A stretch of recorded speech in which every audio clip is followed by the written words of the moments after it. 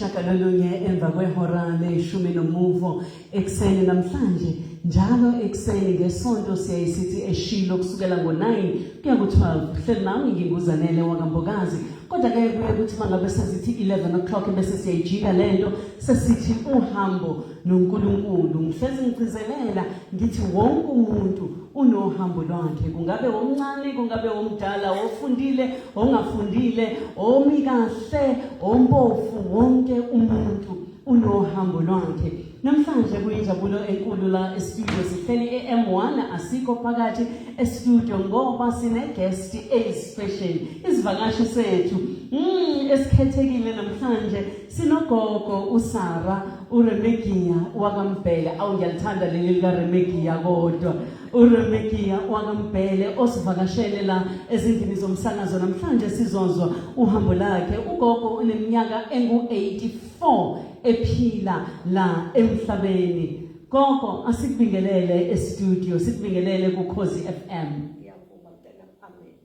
angazi noma gogo yezwakala yini nizongitshela mangabe ukuthi kufanele sikhuphule kancane ukuze ugogo azwakale kahle kumbe simnikeze enye microphone nansi microphone ibambe nje gogo yakho le namhlanje siyakubingelela gogo estudio awuphinde futhi ubabingelele emakhaya yababingelela emakhaya bonke emakhaya abantwana bonke Nkosi yami awuphimani TikTok uTikTok gogo nasenkondweni yami la ngikhona la ukhonza khona uyababingelela ngegama lika Jesu amen ukhonza kuphi gogo salusi sitshela ikhonza eFaith Mission imic kayize kwena emlonyeni gogo eFaith Mission bantabami ikhonza uNkulunkulu uyaphila ke uNkulunkulu ophilayo angibanjele nje emakhaya ukuthi ugogo njengoba lokethu ubingelela baka Town Talk ngoba unomzukulu uSiyanda omfaka lapha yana ku TikTok bayamaza abaningi ugogo bamazela ku TikTok ugogo uhleze efakwa lapha yana manje ugogo ukuthi uTikTok uTown Talk niyayazi ke nini uTown Talk lesa sitole sasikhona kudala sefelisha ugogo sabambe sona gogo siyajabula kakhulu kuba nawe namhlanje sikulande ngoba sihleze sikubona ukukhuluma ngoNkulunkulu ophilayo ukhuluma ngenhlungu yakho nala udlule khona kodwa nako kuyisho inhlungu yakho uhleze umemeza amandla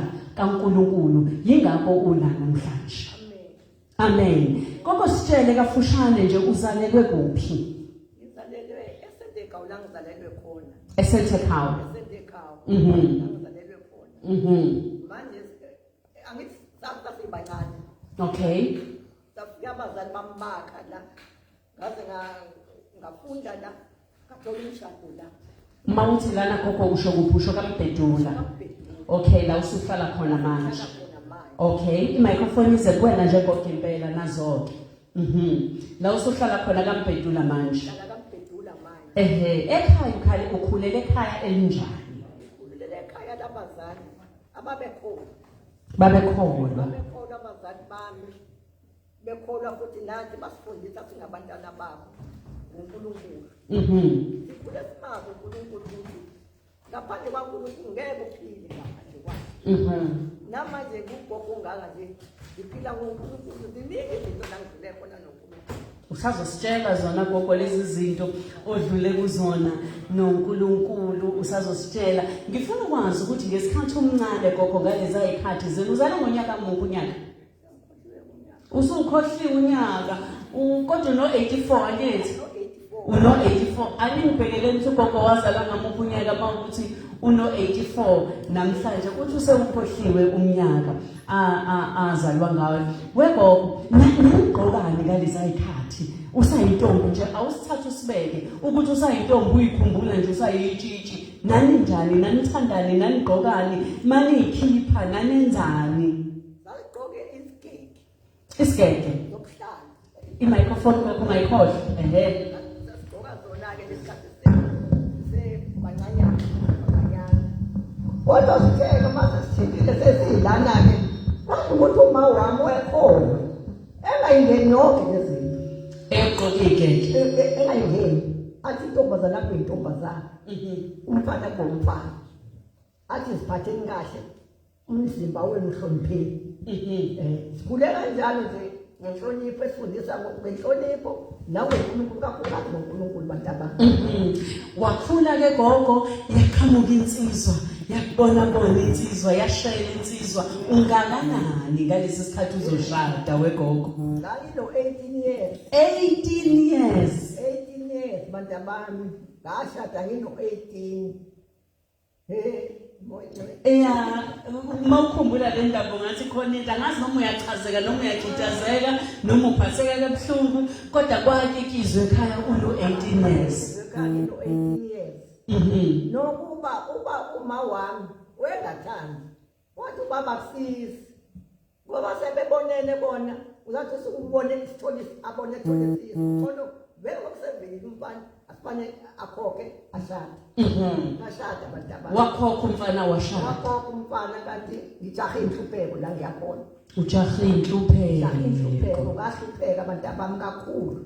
Kwenzekani emshadweni ushintsha nini umyeni manje esekushade kahle kangaka? Usathola abanye phela. Hawu ukhona wena kodwa usathola abanye lapho. Ngahlupheka ngendlela esimanga abantu abami.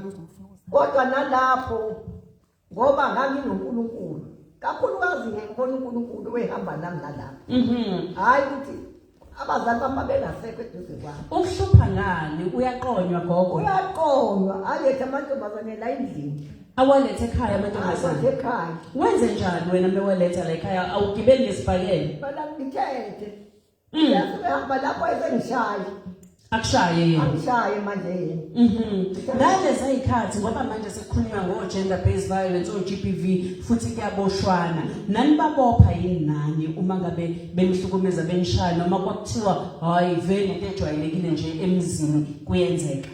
Wakusho njalo impela kuthiwa bekezela ke wena ntombazane kuzolunga. Kusho izinto zonakele phansi zizolunga. Mntanami ngihlupheke kakhulu.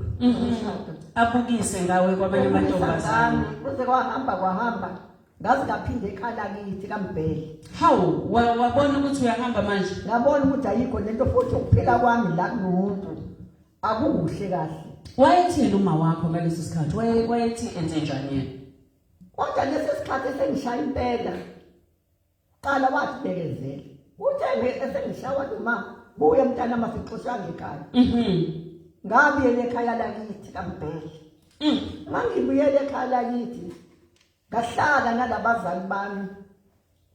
Esithi isikhathi ngihleli nabo. Mangilanda indaba yami abazali bami baze basholela kimi. Abafowethu sebeshadile. Kwathi ukuthi yintombazane ebuye emendweni. Ngafike ngahlala nabazali bami la ekhaya la. Ngahlala nabo kwashona uma umeshona ngike emsebenzini athi ubaba before uma wakuthe wesana uzungaphumi la. Ngithi uma ngingaphumi kade ngizophuma ngethu ngapha umthatha ngibhelele. Usubuyele ekhaya. Ngibuyele ekhaya. Wegogo ngaphambi usuqhubeke ngifuna ukwazi ukuthi ngalezi izikhathi zenu kwakuyihlazo yini ukuthi usubuyile emendweni ngoba phela indaba ye divorce ayingakajwayeleki. Kwakuyihlazo. Wahlekwa endaweni. Bahleka bazibayeka. Ekhalithi. Bahleka bazibayeka mntana.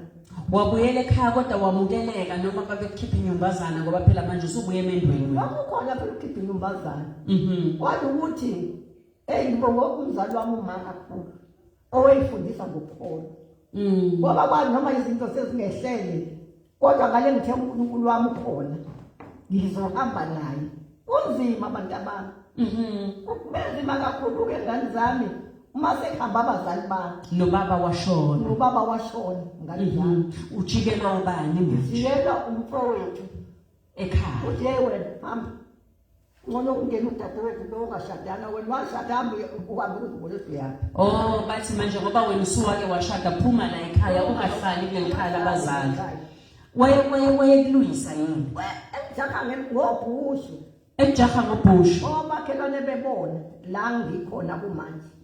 Babebona umakhelwane uze wathi lo munye umakhelwane wathi uyazi Sara into okuyenza. Iya lapha kaNtsumba.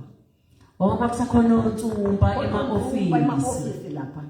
La ababebhalise khona izinto zabo ubaba khona. Angitshele abantu abasha ama-2000 ngoba wazi ukuthi yini leyo. Qala emalokishini nasey'ndaweni esiphila kuzona kwakukhona ama-ofisi okwakuthiwa yikaNtsumba ka-superintendent la kwakubikwa khona zonke iy'ndaba. Uma ngabe nixabene nje ekhaya noma kunani nje inkinga kwakiwa kaNtsumba.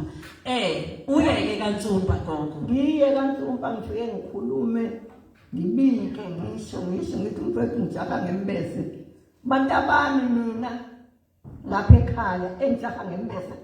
Ngakuhlala eminyaka namanje ngihlele eminyaka ngizongena endlini ekhaya kithi. Uma usebusuku ngivale ngamatshe umnyango. Ukuze angakwazi ukungena. Ngimuze uma evula ngenkani kwazi ukuphuma ngibaleke. Kodwa kusekhaya kithi. Uhlala emnyango ngoba usaba yena. Ingane le ndala yami yayingethela ithenge eminyango ngiqaphele ukuthi uqhamuka ngalaphi. Ngendlela engangihluphe kangaka.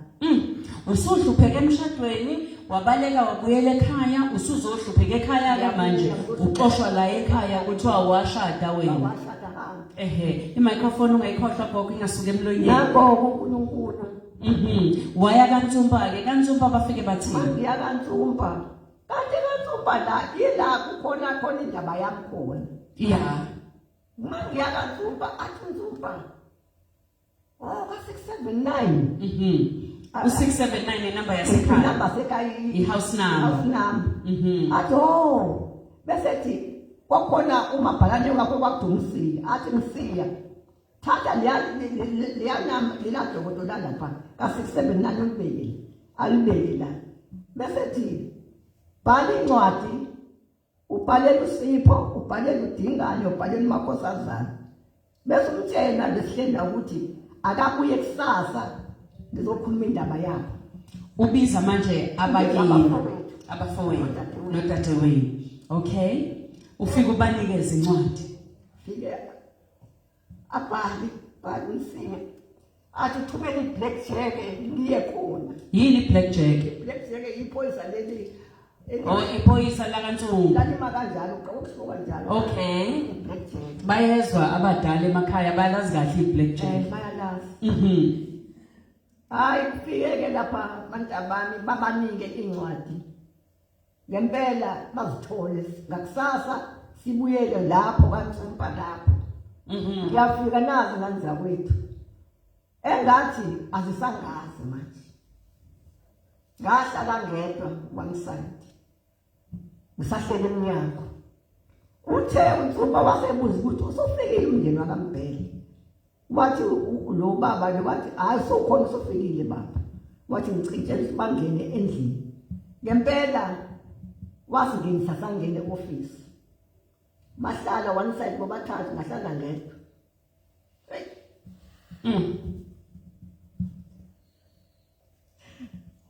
Sis. Ngiyazi kubuhlungu gogo. Ngahlala ngedwa lapho. Wabuza uNtsumba wathi ubani ofundile la phakathi kwenu? Wathi lo mfowethu bamjaha ngobush wathi nangu ofundile udadewethu. Wathi uNtsumba wena-ke ofundile. Woza letafuleni. Wandlala injoba udlalele incwadi yakho. Wathi fundani nilalele mndeni. Ngiqale ukuthi kufundwani osiJesu. Athi ekuqaleni athi mina Arcadius Mbhele. Mina Arcadius Mbhele. Ubani uArcadius? Ubaba wami. Okay, incwadi lefundwayo kusho ukuthi yabhalwa uArcadius. Uthi funda ubaba wakho wazobhalana le office. Okay. Waqala ukuthi ubani osakala. Kodwa nami. Ngoba kangithi engaselutho. Basethi ke woza kufundeke wena ufunda abantu ufundile. Wafika wafunda. Ngavula amehlo uNkulunkulu ambe ngihlupheka ngathi Jesu ngabe kwenzeka Jesu. Yathini incwadi? Ithi incwadi mina Arcadius Mbhele nginendodakazi lapha ekhaya. Le ndodakazi ibuye emendweni. Inezingane. Ngizobhala la ukuthi lo mntwana wami wentombazana akanali muva akanali phambili. Mangifa mina uyena othatha lekhaya. Awu. Ngake kwangathi angazi ukuthi ngilaphi. Wathi niye ukuthi wathi washo babo lata mina ngiyamqala ukumbona lonke. Usuthi ngamanye amazwi gogo uhlupheka kangaka nje bajaha ngogusha abafowenu kanti wena obhaliwe vele kuleli khaya vele. Kodwa ubaba akakutshelanga akasashaka lutho.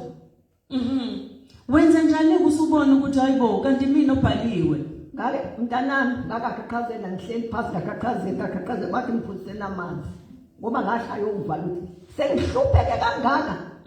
Isikhathi esingaka ngihlupheka. Kodwa ubaba engasangitsheli ingane pho. Bathi abanye wengeke angitshele phela ngoba abazi kwakuzokwenzekani. Siyabonga gogo uma ngabe usekhaya uvula umsakazo wakho uhambo noNkulunkulu. Namhlanje sikhuluma nogogo uRemekia uSara waNgambhele. Ugogo uneminyaka engu-84 usixoxela ngohambo lwakhe. Waphula ke gogo ke uhleli ekhaya usubuyile ekhaya ubuyile emendweni usujabule uyazi ukuthi ukhululekile ukuhlala kulomuzi. Kodwa manje uzondla ngani uphiliswa yini usebenzaphi gogo? Ngange ngixakekile manje abangazi. Ake ngithi ngiqaleni ngixakekile ukuhamba kwababa ngoba phela baba wengondla nalezi ngane zami. Ubaba wayegondla. Angisanamuntu. Ngaleso sikhathi futhi umsebenzi ongandile ngaleso sikhathi. Njengoba wandile manje. Ngixakekile ngaze ngaye mandiyeni ngayokwenza amawashing khona. Ngayokuzula amawashing. uNkulunkulu wangisiza nganginika India elali right. Wathola iIndia olisebenzelayo elali right. Kodwa nokuba ngangisebenza ngegazi kubulwane bantu abantu. Usho ukuthini uthi wawusebenza ngegazi? Ngishaya iwashi ngengaka zonke insuku ngiyawasha. Ematsheni.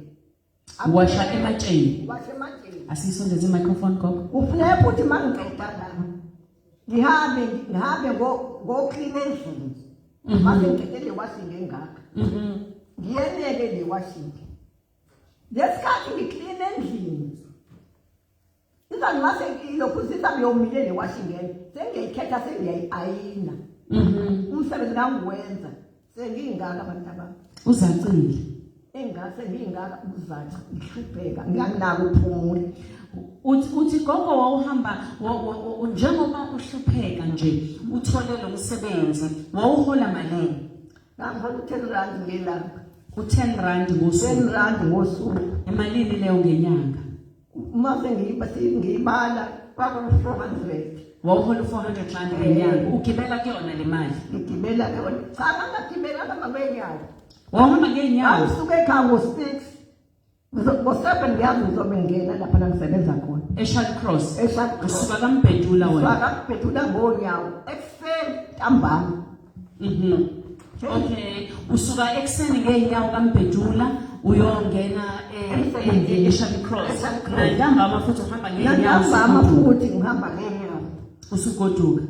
Sengigoduka ngihamba ngeenyawo. Ngiye emsebenzini ngibuya ngihamba ngeenyawo. Hey mantabami ngihambile.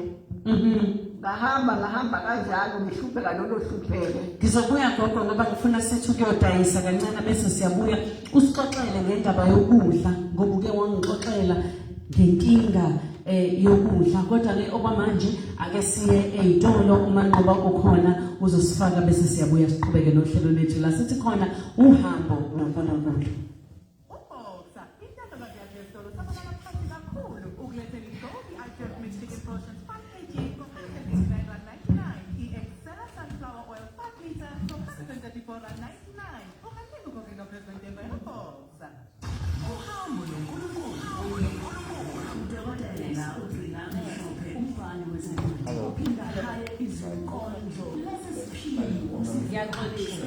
Suka la wena umncintisana. Suka la.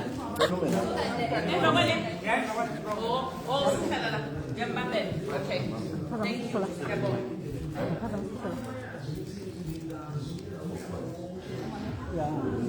Uma ngemuva.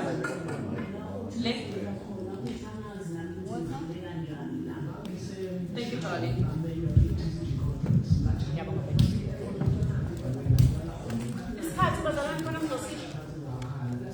past. Okay, Thank you.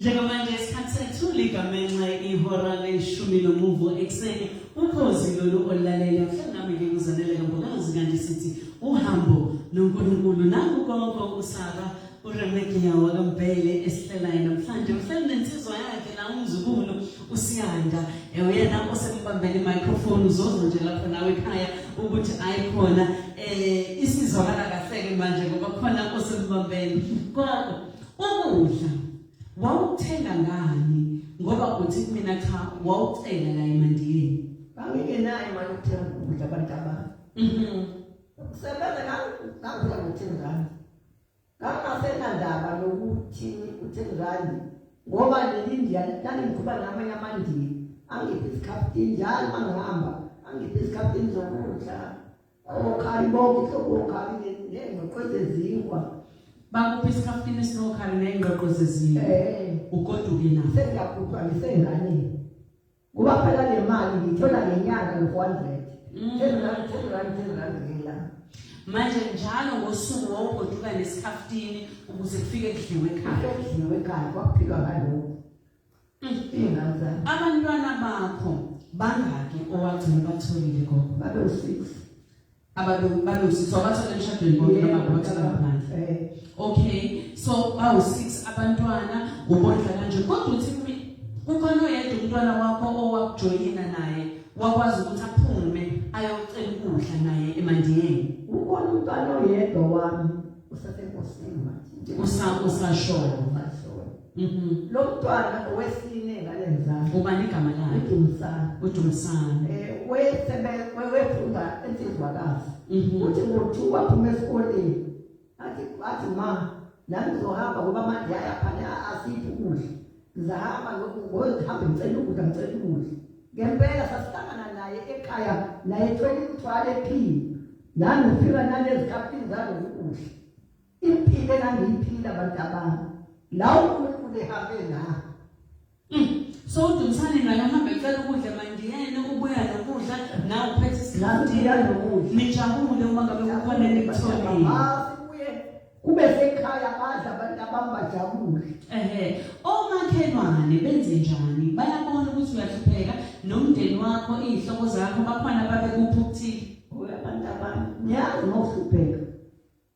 mawuhlupheka awuthandwa umuntu akekho ukuthandana ngaphandle kwezihlobo zakho ezazikapha zilethe zingilethana angathandwa kwakuke kwenzeke bakuthumelele izihlobo zabo zithi pheka ngipheke omakhelwane babekumema babekubiza makunezinto ngangamenywa mina nganganyaba njengabanye nje abaze bathi ngelinye ilanga ngibayalele ethi awusiyalele la kamakhelwane kunomsebenzi bafambise ekhaya kuyisonto sengibuya khona ethofweni bathi ngifuna nange yaphezulu bathi kwawuhlalelelwe ungakwazi usikhombisa indlela olangayo kade angimenywanga ngoba ngangiphansi ngelutho bantu abami wawungamenya ngokuphansi uthi mina gogo ngelinye ilanga khona umakhelwane owayehlabile kukuhle kodwa waze wakubiza usudlulile umcimbi esezokupha okusalile uyena lengikhuluma ngayo bantu abami kwenze njani kwenzekani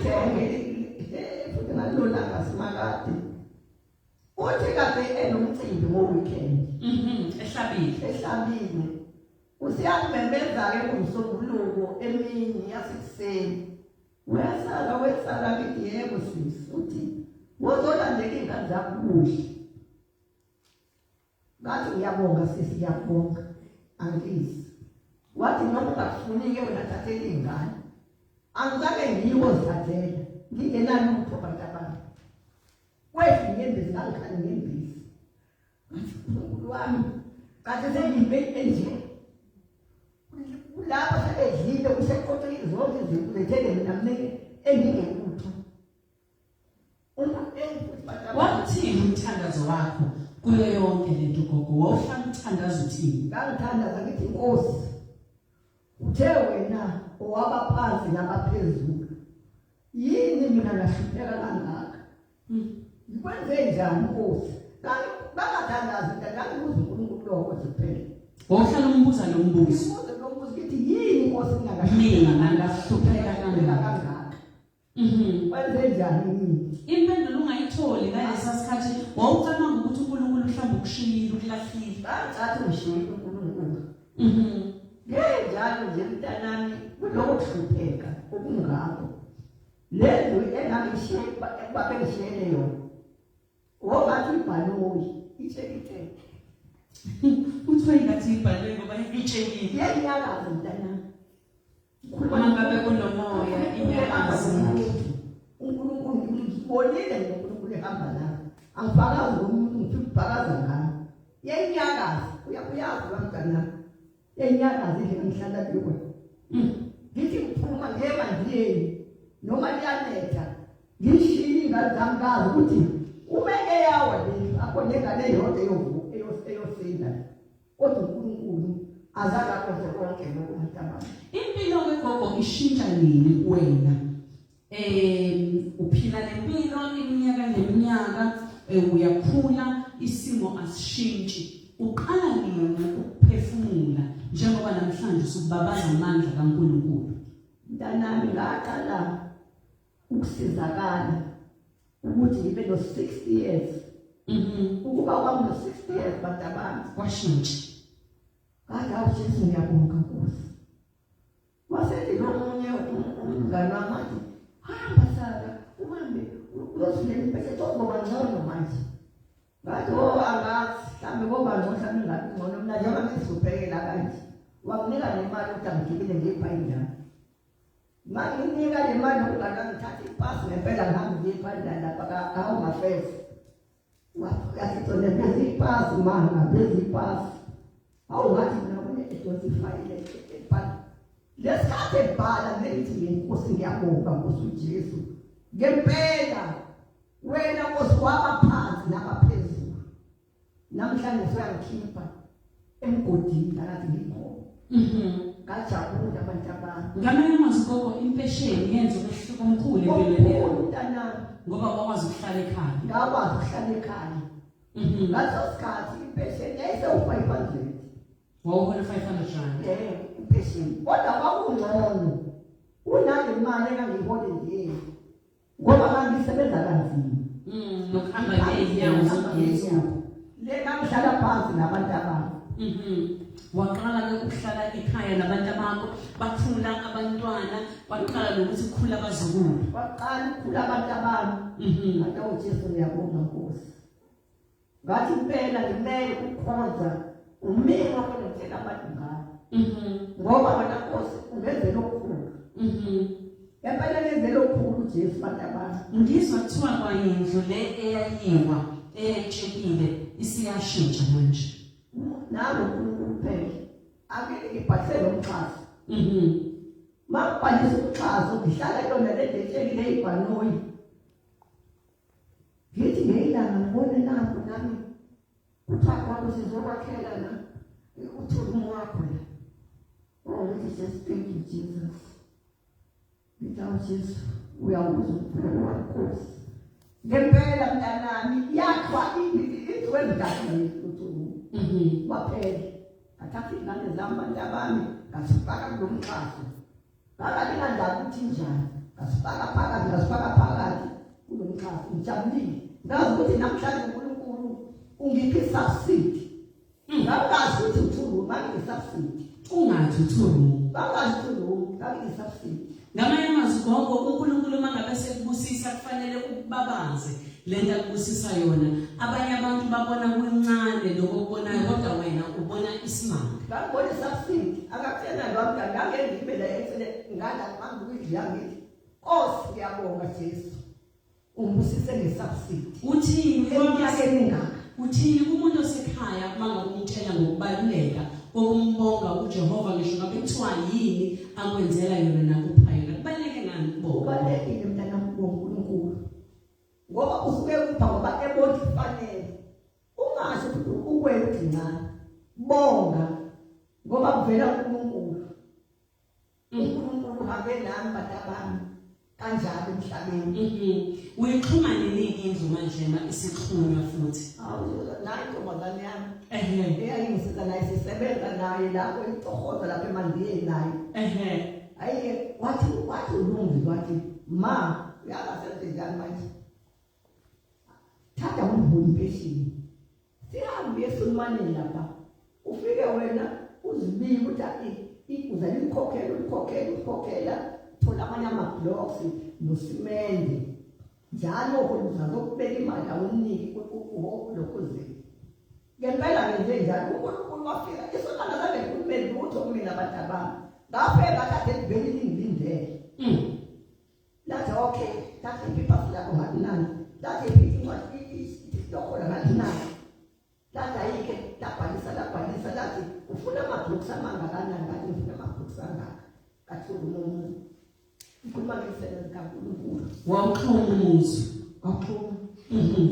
manje konke ngifuna siye la nangu usiyanda la eduze kwakho useyakuthatha-ke useyakushutha usekufaka ko-TikTok usuwaziwa umhlaba usuwugogo we-country manje wena othandazela thina sonke abami usiyanda ufika ntambama lapha ekhaya futhi uNkulunkulu kulokho betransport yokusizakala kwami hayi kwakuphinga usiyanda kube i-transport yokusizakala kwakho usizakala kwami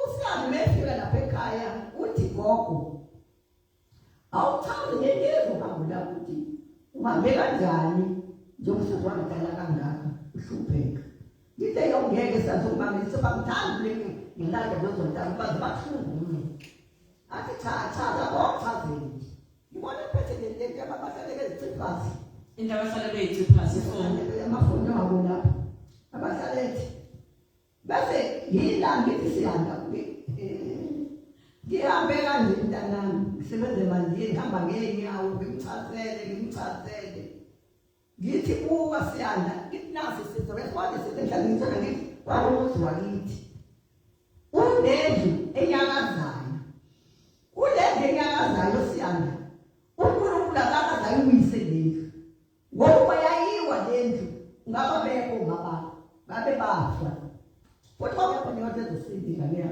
wathatha usiyanda wayofaka ey'nkundleni zokuxhumana amazi ukuthi usiyanda ndini bese fika uyothi lalela lapho ngilalele ayikho ngihlukumeza wena athi angilali khatha uJesu Maria Joseph kodwa ngizwani Nkosi Jesu hawu siyanda senjani angilalele ngizintana angazi ngizothini uNkulunkulu ngiyahluleka ukubonga ngiyahluleka nokumbonga abantu bekuthanda bekhombisa uthando bekupha izipho kodwa befonela bekukhuthaza bekupha nezipho ngizwa ukuthi uthenge ngisho bakuthengele ngisho umbhede kodwa batabami ungena lo mbhede ngakhala uyazi ukuthi ngiyibuzela le ndaba ngiyibuzela ukuthi uNkulunkulu uyakwazi ukushintsha isimo somuntu ngesikhathi sakhe ngifuna ukukhuluma nomuntu osekhaya gogo omunye okhathazekile kunomuntu omdala ohleli osakhala yena namhlanje othi Nkosi ngikhumbule nami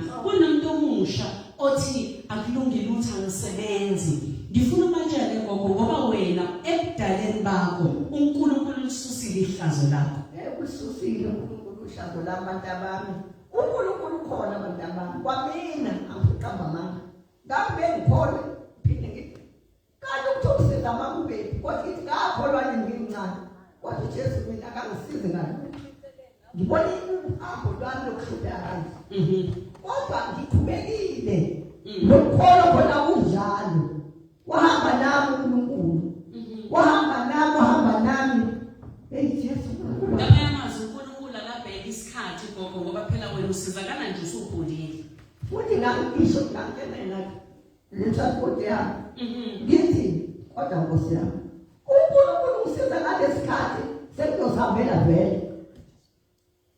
Ngoba sekuzosihambela vele. Imali sizosihambela kanjani emhlabeni? Ngizoshola phela kudala mntana. Ngilanda sifesi endleleni kodwa kwakugcina uNkulunkulu wahamba nami. Emva konke lokho. Uthini-ke gogo kwabalalele ekhaya ngalesi sikhathi njengoba kade ungitshela mina ukuthi uNkulunkulu usebenza ngesikhathi sakhe. uNkulunkulu hamba ngesikhathi. Bamthembe. Hayi sethu. Hayi ukuthi futhi akakuboni ukuthi uyahlupheka. uNkulunkulu uyakubona. Kodwa kuhamba ngesikhathi.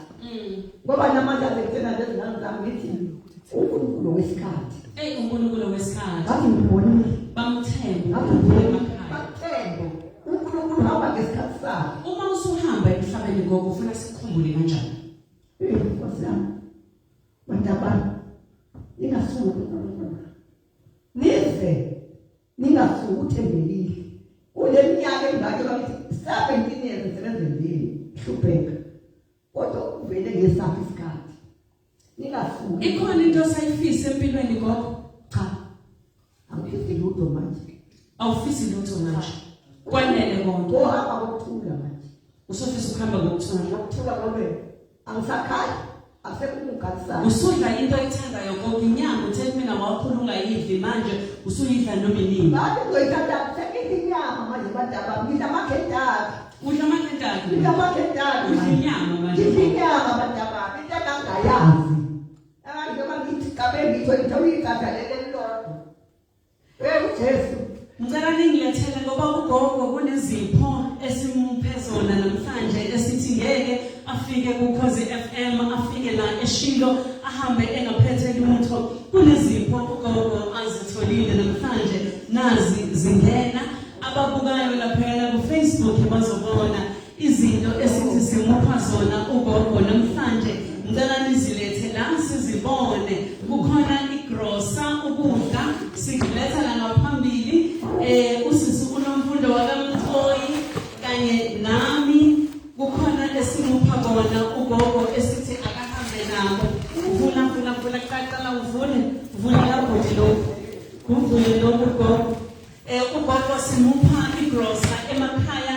Ngiyabonga nomfundo engithe ngikufonela manje kuseni ngathi uphathe ufike uphethe sizonika ugogo Nkosi yami nanzi nanemali okuthiwa ugogo afike athele okunye angenako gogo nako namakhaza aseqalile nanzi nengubo okuthiwa ugogo afike ambathe. Lokho esikwenza namhlanje inhloso yethu ukukhombisa nabanye abadala basemakhaya si-challenge nawe umakhelwane wakho uyamazi ukuthi usweleni asikwazi thina ukufinyelela yonke indawo kodwa wena njengomlaleli waseShilo sithale sikhombisa uNkulunkulu kulabo abadala bethu kulobusika lokho nje ongakwazi ukwenza lapho ngasekhaya ubosishuthela isithombe usithumelele thina la eShilo gogo sithi ufudumale kulamakhaza nakho lokudla ozohamba kanako namhlanje kodwa ngiyabonga Nkosi. Ngiyabonga Baba, ngiphakamisa ukubonga kuwe Jesu. Ngoba bonke ngibele ngane zabantu sinangazi bangazi Nkosi. Kodwa Nkosi ukuthi ubathintile abantwana babantu bakwazi ukwenza izinto ezinkulu ezingaka. Cela Baba ubabusise ubavikele. Ubona bonke simakade abangabelana nabo. Ubashuthele Nkosi Jesu Kristu. Enqebeni lohlangothi lwakho. Baze bangaveli bona kodwa kuvele wena Nkosi phezu kwezimpilo zabo phezu kwemindeni yabo ngegama likaJesu Kristu waseNazaretha. Amen. Amen. Siyabonga kakhulu gogo isikhathi sethu sesiphelile siyabonga kakhulu kuwena ukuthi usivezele ugogo sisegcine namhlanje simbiza ezelana usiyangeke uyapheka i-caterer usiphathele ukudla naye ubhekile lana ngizomshuthela ngifake lapha ku Facebook wami nibone ukuthi nabo bafike bephethe sembonga uNkulunkulu gogo siyakuthanda kakhulu lana kulolu hlelo lethu eShilo sithi nje uNkulunkulu akwandisane izinsuku zakho kube mnandi kulesi sigaba sempilo yakho siyabonga. Angazi kabuka ngithini ukhona uNkulunkulu ozonibonga. Khuluma nabantu bakho baka Town Talk gogo bonke kubona abakuthandayo batshela ukuthi uyabonga nakhona. Ngiyabonga bantabami eThamthok. Ngiyabonga bantwana bami. uNkulunkulu usehambe nami kwaba lesikhathi. Nkosi yami, enyembezini zami ezingaka. Kade ekugcineni kuyangizwa Nkosi uJesu. Ngiyabonga bantabami. Bonke nakuKhozi FM. Nasekhosini ngiyabonga kakhulu kubantwana basekhosini. uNkulunkulu akusise, anivikele, anihlenge, ubona konke engamelana nalo. Amen. Bongakanani sisi kunomfundo ofike nanathi Grossa. Ntombazane yami. Ngiyabonga Nkosazana. Amen. Akusise nasekhayeni lakho. Awuvikele kona konke mntanami. uJesu akufihle. Ungaveli wena kodwa vele wena. Amen. Amen. Gogo siyabonga kakhulu, siyabonga siyanda, siyabonga kakhulu. uNkulunkulu abe nani. Sesizoqhubeka nohlelo lethu. Asize kwena lapho manqoba e-studio bese sizongena kwingosi yecebo lethu. Siyabonga kakhulu emakhaya.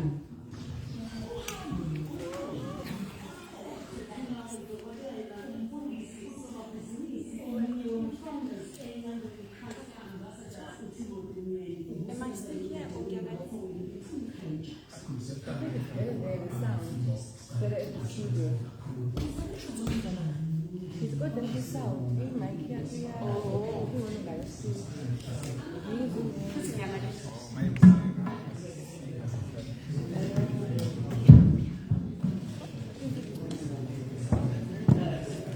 Yes.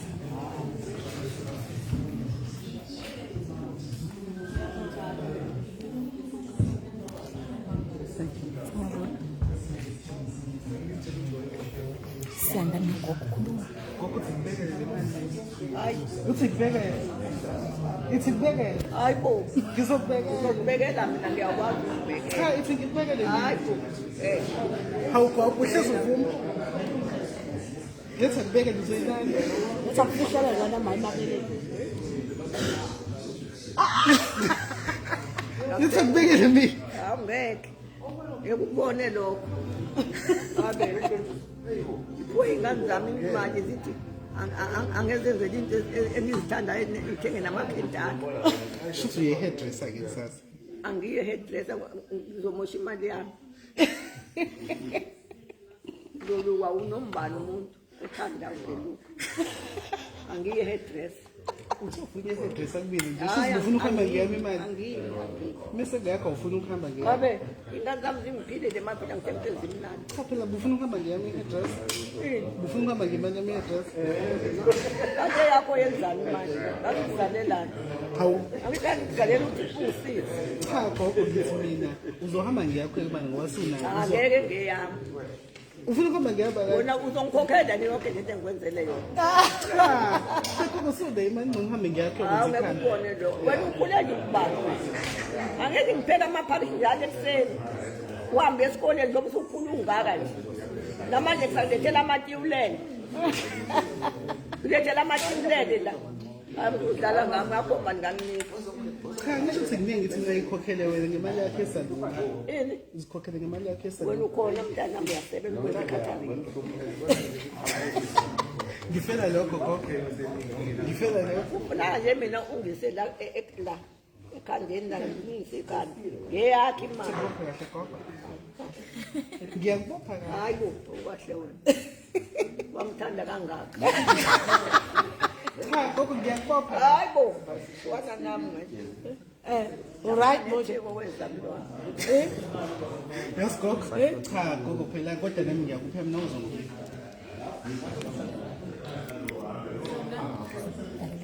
Bye gogo bayisa. Bye bantabami. Ngibongile kunina nonke bantwana bami. uNkulunkulu anibusise ngani zami, anilonde, anigcina, anivikele. Ntokazi zasemakhosini. Mntanami. Ake siyabonga kakhulu. Uyabonga. Ngiyabonga ngasemanxiweni ngithi hayi ngimbolile. Ungikhonzele mntanami nasemanxiweni. Nkosi yami, ngiyabonga ngani zami. Anigcina uNkulunkulu, anivikele kona konke bantabami. Ngiyabonga kakhulu.